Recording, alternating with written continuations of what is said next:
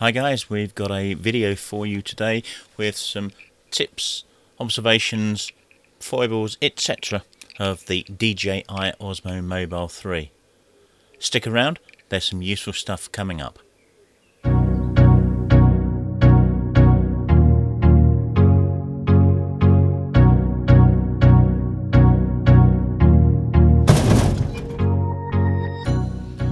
So let's talk about tripods.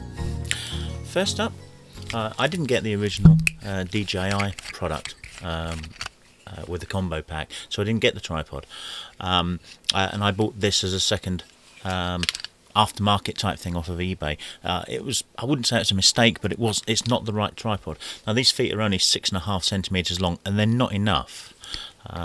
They will support this, and they will do a reasonable job, but don't expect it to hold everything upright. If you push the thing over and such, if it's on an uneven surface, it will not hold it, so be very careful. You want something that's at least kind of that. If that's 6.5 centimeters, you want something that's at least kind of double that, so about 12 centimeters long ideally, to hold this thing up, because otherwise you might lose it on a surface, and of course it might also break if it falls over. Not so much the gimbal, but your phone's certainly at risk. Consider a gorilla pod. These things are positionable. You can mould them to any kind of shape you like, which means you can grip onto things as well. They're quite expensive, but they're very, very good. I've got a Manfrotto tabletop tripod with a ball head. Now this is very good as an SLR camera support, but it's really bad as a support for the Osmo. Its centre of gravity is just too high, and whilst it will support it when it's bolt upright, a bit of movement on it could send it tumbling. I would not recommend one of these. Brilliant as they are for SLRs, it's not for the Mobile 3. If you saw the monopod video, you might remember that being featured, or something similar to it. It's really good as a double ball head. You can use it to support your Mobile 3 from a monopod hanging down with it. But it's also got some legs on it that enable you to use it as a table tripod. It's okay. Be very careful with it though, because again the centre of gravity is a little too high on it. It must be bolt upright, otherwise it will fall over.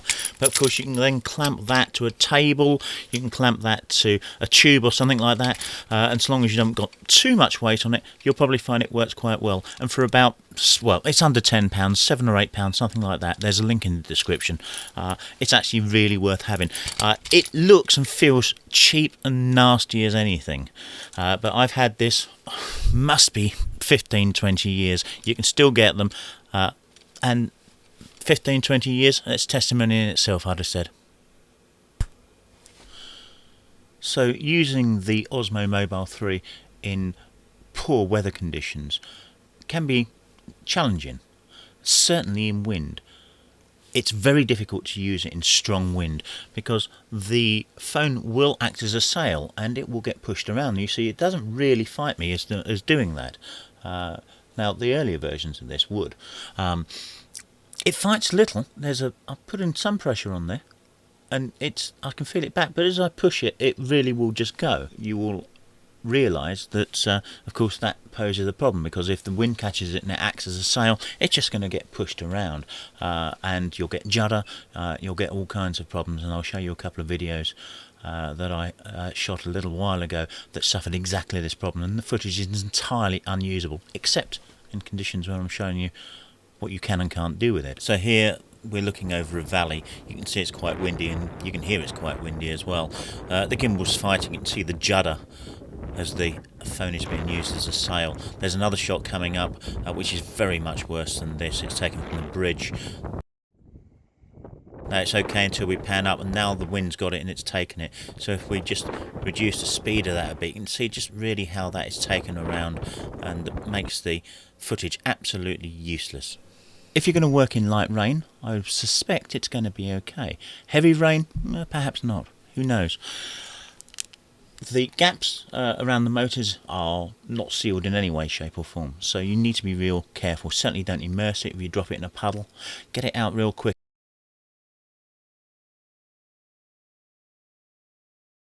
If those bearings rust, it simply will not move smoothly. If at all, the motors may not have enough guts to push them around. Be careful with it. So let's talk about zooming using the Gimbal's switch down here. Now I can only talk about Android. I don't have an iPhone, so it may be different on that. But let's give it a go. So if I bring this in here, I'll come out of camera for a second, and if I move up, we've got to 3 times, and then we can zoom around from 3 times right the way up to something really quite unusable, and you can zoom down there as well. It gets very, very juddery and steppy. It's pretty unusable, to be honest with you, and I don't know why just one click takes me to 3 times and back to 1 times, whereas the Note 9 that I'm using here effectively has 2 cameras. One is its standard wide, and then the other one is a 2 times factor. So where we're getting 3 out of this, I really don't know. But I can't adjust it in any way, shape or form. What you can do is adjust the zoom speed within the options. But of course, once you've adjusted it, it's set in the options there. You can't adjust it again on the slider on the side, because that slider on the side is simply a switch. It gives you on or off. For most part, I consider the zoom functionality, certainly on the Android Samsung Galaxy Note 9, I think it's pretty useless. Some people have suggested that this is a fault within the Android operating system, or not maybe a fault, but a facet of it that's stopping the zoom being smooth. I don't hold with that.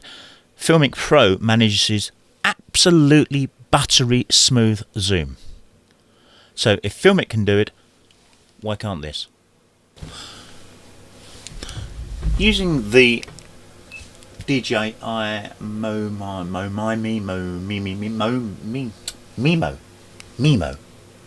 DJI Mimo. Using the DJI Mimo app, you can select an area that you want to expose and focus on.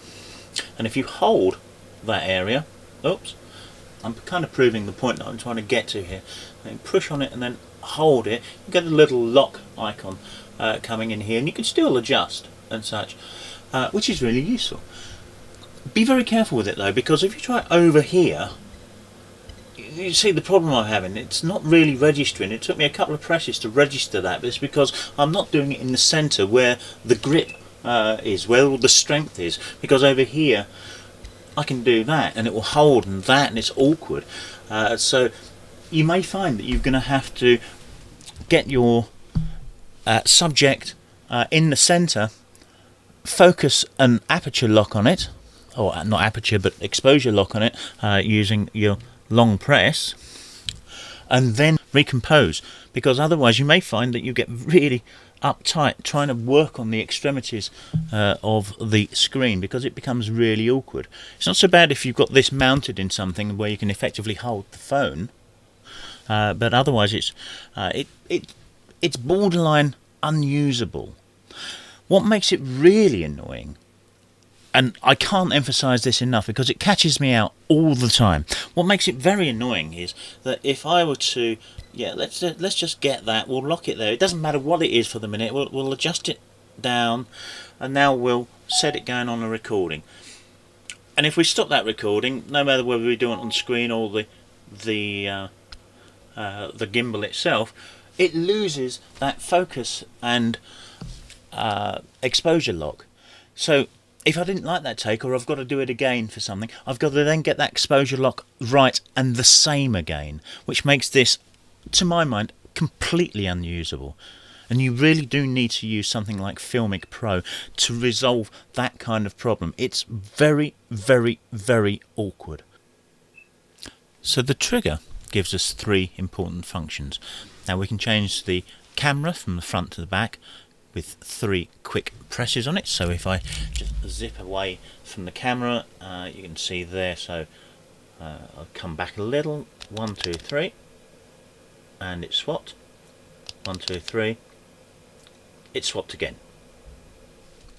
It does sport mode, which is an important way of ensuring that the gimbal moves quickly without the latency that you kind of see there as I twist. So to engage sport mode, we press and hold. We've now got sport mode engaged, and we can see how fast that moves as I rotate my wrist. Take it off again and you can see it's at least half the speed without sport mode on, and it makes quite a difference to the way in which it operates. Now the other important feature is to lock the orientation of the gimbal. So just pressing and holding it means that as I twist around here, you can see it's not moving. And this is really important, of course, because I can now, no matter what I do with this, no matter where I put this, it holds position. And that's really important for a whole host of shots, particularly if you've got this attached to a monopod, particularly if you're doing kind of crane type shots, slider type shots and such. You don't want the head to kind of follow the movement of the handle, which is exactly what it would do if you don't hold the trigger. Now, of course, if it's on the end of a monopod, you can't hold the trigger. So what you want to do is use a piece of tape over it. Press it, tape it down, and make sure it hasn't come back up, because it does need to be fully pressed in order to work. Now, another function of the trigger is to reset the orientation of the gimbal. So you can see it's slightly around here. If I can push it, oh, I didn't like that. There we go. Maybe somewhere around kind of there, wherever I've pushed it. If I double click, it changes and goes back to its original home position. So no matter where we are, as it pushes around, double click and it's back. Really very useful feature of it, because often you'll want to do that with it, and it does make it very, very simple.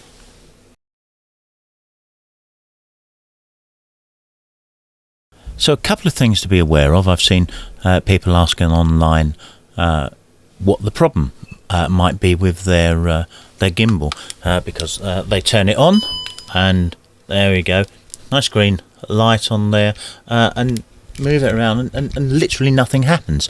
Well, it's quite simply because it needs the phone to be in place. It knows that there's a weight up there, and then it tries to balance the weight. It won't engage any of the motors until there's some weight in it, so don't be caught out by that. One of the problems I find with using the gimbal with Mimo is the way in which the two devices talk to one another, which is clearly Bluetooth, but I don't think they always latch properly. There's not always a proper communication there, and the only way I find that I solve it is to close Mimo, close down the power on the gimbal completely, and then restart everything. Now, the way in which the problem manifests itself, if I come over to the camera, I'll get out and you can see on here, is if I press the M button here to bring up the menu, which is what I've got it set to, I can use the joystick to swap between options on here. So we can go over to follow, let's set it to spin shot, and then we press M again and it should have locked spin shot, which now means that if I move the gimbal, the head shouldn't spin, and it clearly isn't. Let's put that back to landscape, and it just isn't. So even if I go into the main menu of it here, it's still in FPV. Now, it wasn't in FPV in the first place. Should have been in spin shot. But again, I've set it to spin shot there, it hasn't taken it. It's not just the menu, quick menu on there, it's the settings completely.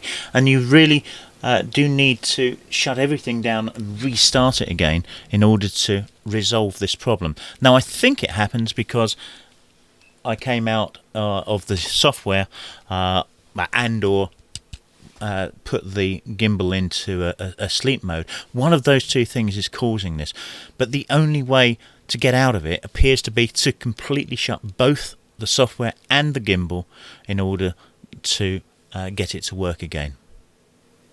Something else I've seen people mention on forums, Facebook and the like, are problems relating to the orientation. Not so much the orientation, but it just appears to be a little off. Now, it's hard for me to duplicate this. I'd have to keep going at it and try to get it to do it. And this is actually quite level, but sometimes you'll find it's ever so just slightly off. It's just a little tiny degree or two off. Now you can change that and edit, control that through the menus. So you've got that calibration adjustment there.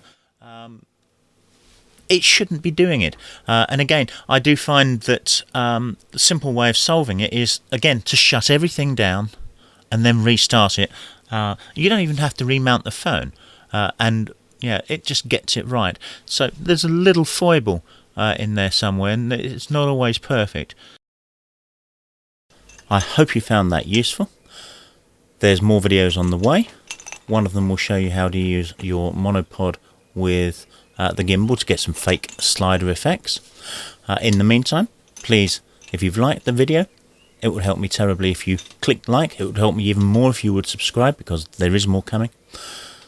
If you've got any other comments, let me know. Always appreciative of comments, because I'm new to this, and I know it's production values aren't there particularly. So any ideas, tips, etc., please, really happy to have those. Like, share, subscribe, etc., etc., etc. Thank you very much, and we'll see you on the next one.